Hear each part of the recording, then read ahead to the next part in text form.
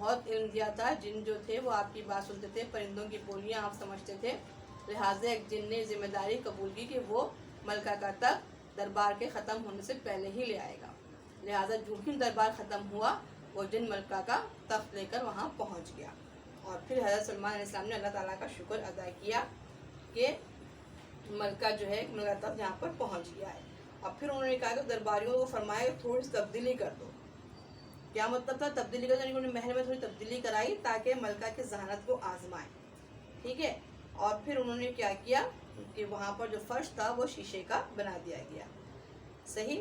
اب ملکہ نے جب محل کا فرش شیشے کا تھا، جب جس کے نیچے پانی بہ رہا تھا، سمجھ میں آ رہی ہے بات؟ محل میں ایک ایسا فرش تیار کیا گیا جو شیشے کا تھا اور نیچے پانی کو بہایا گیا، ٹھیک ہے۔ اب اور ملکہ سے کہا گیا کہ وہ قدم رکھے۔ جب ملکہ نے دیکھا تو دیکھ کر حیران رہ گئی اور اسے ایسا لگا کہ پانی بہ رہا ہے، لہٰذا اس نے اپنی شلوار کے پائنچے اوپر کر دیے اور وہ یہ سمجھی کہ نیچے جو ہے پانی بہ رہا ہے، کہیں ایسا نہ ہو کہ میرے کپڑے بھیگ جائیں۔ حضرت سلیمان علیہ السلام نے جب یہ دیکھا کہ ملکہ نے پائنچے اوپر کر لیے تو فوراً ہی کہا کہ تم دھوکے میں ہو، یہ پانی نہیں شیشہ ہے۔ ملکہ اس جملے پر کیا ہوئی؟ اس نے جملے پر غور کیا اور اس کا ذہن روشن ہو گیا، وہ سمجھ گئی کہ جو ظاہری طور پہ آپ کو نظر آ رہی ہوتی ہے وہ ویسی نہیں ہوتی ہے نا، لہٰذا اسے یاد آ گیا کہ میں جس سورج کو سجدہ کر رہی ہوں سورج کا بنانے والا کوئی اور ہے، مجھے سجدہ اس کو کرنا چاہیے، اور اس طریقے سے پھر وہ ایمان لے آئی۔ اب جب وہ ایمان لے آئی، یہاں تک کہ ہم نے پڑھ لیا، یہ سمجھ میں آ گیا آپ کو۔ اچھا، اگلے پیراگراف میں بات بتائی جا رہی ہے، وہ کیا بتائی جا رہی ہے کہ سلیمان علیہ السلام کتنے سال تک حیات رہے؟ 41 سال تک حکومت کرنے کے بعد 924 قبل مسیح میں آپ کا انتقال ہوا، ٹھیک ہے۔ اور یہ بہت ہی عجیب بات، ایک اور بتاؤں اس میں ایک عجیب بات یہ تھی کہ آپ نے جنوں کو ایک نیا شہر تعمیر کرنے کا حکم دیا تھا، جن اس کام پر لگے ہوئے تھے، ٹھیک ہے، اور ابھی کام مکمل بھی نہیں ہوا تھا، شہر پورا بنا بھی نہیں تھا کہ آپ سلیمان علیہ السلام کی وفات کا وقت آ گیا اور آپ اپنی عصا یعنی کہ اپنی لاٹھی کا سہارا لیے ہوئے تھے، اسی حالت میں آپ وفات ہو گئی، یعنی کہ آپ مر گئے، اور سب یہ سمجھ رہے تھے کہ آپ وفات نہیں پائیں، بلکہ جن یہ سمجھ رہے تھے وہ آپ کی نگرانی کر رہے ہیں، دیکھ رہے ہیں، جبکہ سلیمان علیہ السلام کا انتقال ہو چکا تھا، لاٹھی کے سہارے جو آپ بیٹھے بیٹھے آپ کا انتقال ہو گیا تھا۔ انہیں جنوں جب معلوم ہوا، جب کئی سال گزر گئے اور اس لاٹھی کے اوپر گھن لگ گیا، گھن لگنے کی وجہ سے لاٹھی جب ٹوٹ کر گری، تب انہیں معلوم ہوا کہ سلیمان علیہ السلام کا انتقال ہو چکا ہے۔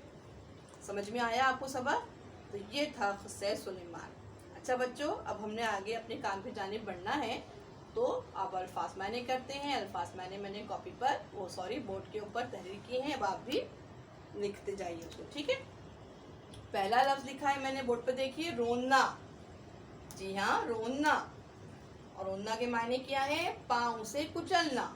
لفظ نمبر 2 دیکھیے بچوں، قوت فیصلہ، فیصلہ کرنے کی قوت۔ لفظ نمبر 3 یعنی 3، نگرانی، نگرانی کے معنی دیکھ بھال۔ عصا، عصا کے معنی چھڑی، چھڑی لاٹھی۔ نمبر 5 وسیع و عریض یعنی کہ لمبی چوڑی۔ کیا معنی ہے وسیع و عریض کے؟ لمبی چوڑی۔ چھٹا لفظ ہے آپ کا 6 حرص، لالچ۔ 7واں گلشن، باغ۔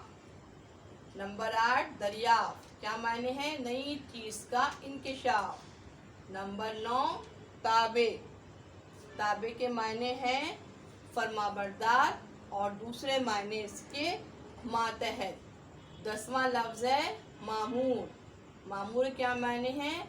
جس کو کسی کام کا حکم ملا ہو، کہ جس کو کسی کام کا حکم ملا، یعنی کسی کو کام، اس کو سمجھ لیجئے، اس کی بھی وضاحت کر دیتی ہوں۔ مامور کے معنی لفظی معنی تو آپ نے لکھ لیے ہیں، اور اس کے کیا ہوتا ہے؟ کسی کو کسی کام پر مامور کرنا، کوئی کام سونپنا کسی کو، ٹھیک ہے، کسی کو کوئی کام سونپتے ہیں تو وہ کہلاتا ہے ہم نے اس کو اس کام پر مامور کیا ہے، ٹھیک ہے۔ یہاں تک آپ نے الفاظ معنی کیے۔ الفاظ صفحہ نمبر 11 پر آپ نے ذخیرہ الفاظ، مشقی کام دیکھ لیجیے، ذخیرہ الفاظ کی ہیڈنگ کے تحت یہ الفاظ دیے ہوئے ہیں، اور آپ نے وہی الفاظ میں نے بورڈ پہ بھی تحریر کیے ہیں، کیونکہ مجھے معلوم ہے کچھ بچوں کے پاس نئی بکس ہیں بھی، اور کچھ بچوں کے پاس نئی بک نہیں ہے، نہیں پرچیز کی ہیں، اسی وجہ سے میں نے بورڈ پر تحریر کر دی۔ اس طریقے سے ہم نے آج الفاظ معنی کر لیے ہیں۔ الفاظ معنی کر لیے نا آپ نے؟ اچھا، اب آپ نے اس کا بہت ٹائٹل پیج بھی بنانا ہے. فاسٹ میننگ کرنے سے پہلے ہوم ورک دے رہی ہوں, ٹھیک ہے. آپ نے ٹائٹل پیج بھی اچھے سے بنائیے گا. اور اس طرح اب ہم انشاءاللہ تعالیٰ اگلے لیکچر میں اس سبق کے سوال جواب کریں گے. اس وقت تک کے لیے مجھے اجازت دیجیے.